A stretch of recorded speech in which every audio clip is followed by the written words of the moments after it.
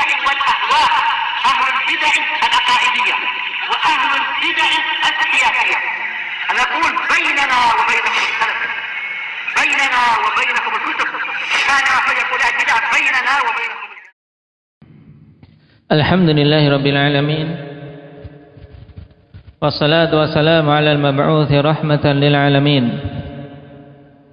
وعلى آله وأصحابه ومن تبعهم بإحسان إلى يوم الدين. Amma ba'd. Pertemuan yang lalu, ikhwani fillah, sekilas kita telah masuk pada pembahasan tentang ghazawat, peperangan-peperangan Nabi sallallahu alaihi wasallam, dan perang yang paling besar yang dialami kaum muslimin bersama Rasul sallallahu alaihi wasallam adalah perang Badar Kubra, yang dengannya terbedakan al-haq dan batil. Allah muliakan Islam dan Allah tunjukkan pertolongannya kepada kaum muslimin. Namun di sana ada hal lain yang muncul, yaitu mulai munculnya kemunafikan setelah peperangan Badar. Karena orang-orang kafir yang takut harta dan nyawanya diperangi oleh kaum muslimin, mereka menunjukkan keislaman walaupun hatinya menyembunyikan kekufuran. Itulah nifaq yang sebelum perang Badar tidak ada. Kenapa? Karena mereka menganggap kaum muslimin lemah. Baik, kita masuk pada pembahasan berikutnya, masih berhubungan dengan perang Badar. Kam kana al-qatla wal asra min Quraisyin yauma Badrin. Berapa jumlah korban dan orang-orang yang tertawan dari kalangan Quraisy pada peperangan Badar? Korban yang terbunuh berapa dan yang tertawan berapa? Wal jumlah wal jawab kanu 70 qatilan wa 70 asiran. Adalah dulu yang terbunuh jumlahnya 70 dan yang tertawan jumlahnya juga 70. 70 orang yang terbunuh dan 70 orang yang tertawan. Qatilan i'rabnya apa, Wahyu? Kanu 70 qatilan. I'rab dari qatilan apa?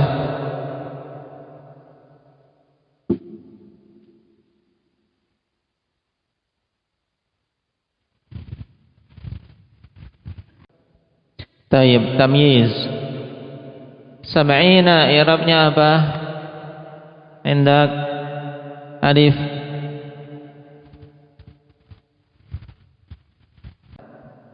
Tayyib, khabar kana. Lalu isim kananya mana?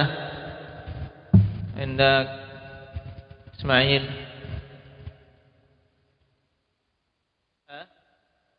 Nama al-wawu, dhamir wawu pada kanu. Tayyib. Apa dalil untuk hal ini? Bahwasanya yang terbunuh 70 dan yang tertawan 70 juga. Anil Bara ibn Azib radhiyallahu anhuma qala kana an-nabiy sallallahu alaihi wasallam wa ashabuhu asabu minal musyrikin yauma badrin 40 wa 100. Adalah dulu Nabi sallallahu alaihi wasallam dan para sahabatnya, mereka mendapatkan orang-orang musyrikin pada perang Badar sejumlah 140. Sab'ina asiran 70 tawanan, wa sab'ina qatilan dan 70 korban yang terbunuh. Hadis rawahul Bukhari.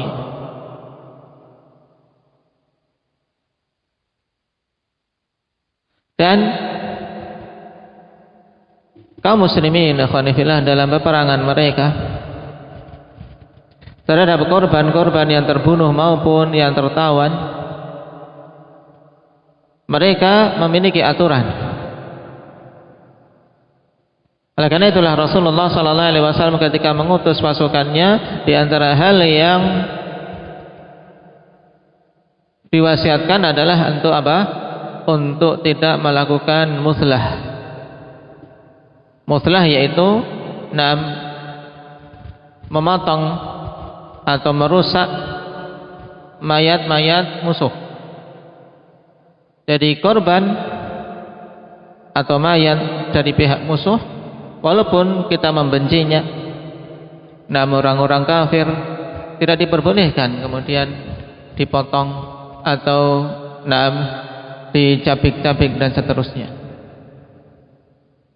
Ini menunjukkan bagusnya aturan Islam berbeda dengan orang-orang kufar, ikhwan. Sebagaimana nanti dalam peperangan Uhud akan kita ketahui bagaimana orang-orang kafir ketika mereka mendapatkan kemenangan walaupun sementara. Ketika mendapati jenazah kaum muslimin, mereka merusaknya, memotong telinganya, memotong hidungnya. Taib, karena mereka kaum yang tidak memiliki peri kemanusiaan dan tidak memiliki keadilan. Demikian pula apalagi terhadap tawanan yang masih hidup. Mereka diperlakukan di tengah-tengah kaum muslimin dengan baik. Sebagaimana kisah Tumamah ibn Uthal ditawan dan diikat di tiang masjid. Setiap harinya ditanya keadaannya oleh Nabi SAW, diperlakukan dengan baik, dan dengan sebab itu mereka atau dia masuk ke dalam Islam dan juga menyeru kaumnya untuk masuk ke dalam Islam. Karena memang ikhwan fillah, peperangan kaum muslimin bukan peperangan untuk merusak atau untuk membumi hanguskan suatu negeri, tidak. Tapi perang mereka adalah demi tegaknya kalimah Allah Subhanahu wa taala. Demi tegaknya kalimah Allah. Sehingga kalau suatu kaum mereka mau mengakui itu, ya tidak perlu berperang. Dan mengenai usara Badrin, yaitu tawanan-tawanan perang Badar, khonifillah, dalam mensikapinya Rasulullah SAW saat itu meminta pendapat sahabatnya. Ada dua pendapat dari sahabat utama. Abu Bakar mengusulkan untuk mengambil ganti, yaitu untuk mereka membayar tebusannya. Sedangkan Umar mengusulkan untuk 70 tersebut dibunuh saja karena mereka adalah gembong-gembong Quraisy. Dan Rasulullah SAW condong kepada pendapat Abu Bakar. Namun ternyata Allah Subhanahu wa taala turunkan wahyu bahwasanya al-haq, kebenaran itu pada apa yang diusulkan oleh Umar radhiyallahu anhu. Bahwasanya sebenarnya tidak pantas bagi Rasul sallallahu alaihi wasallam untuk menerima tebusan dari dari tawanan-tawanan perang Badar tersebut, dan sungguh selayaknya mereka untuk dipenggal kepalanya. Man ya'ti bil ayah. Pada surat Al-Anfal ayat 67 Allah Subhanahu wa taala katakan, "Maka nani nabiyyin ay yakuna lahu asra hatta yudkhina fil ard." Maksudnya tidak pantas bagi nabi untuk dia memiliki tawanan dari kalangan musuh-musuhnya sampai betul-betul beliau membunuhnya.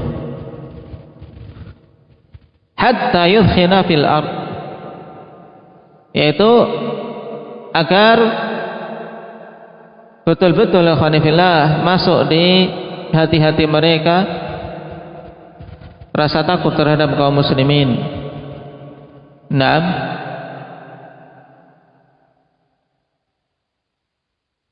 Dan juga sampai tokoh pilar-pilar agama ini sehingga tidak dihinakan lagi.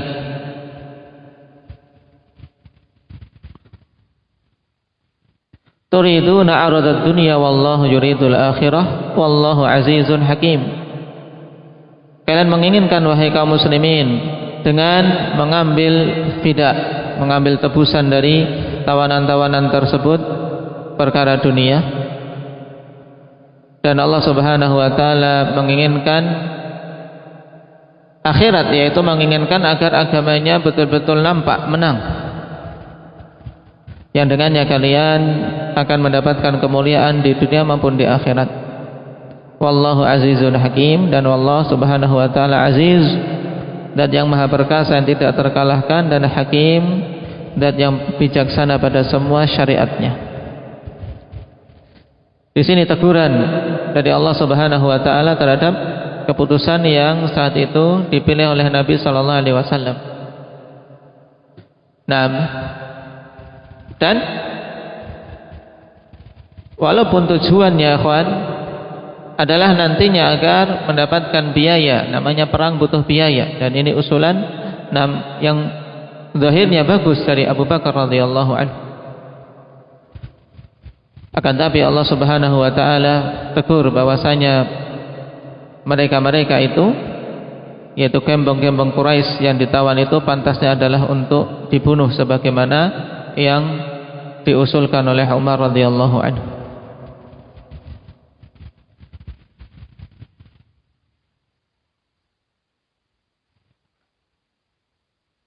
Dan tentang perang Badar, Allah Subhanahu wa taala beritakan dalam banyak ayat di surat Al-Anfal tersebut.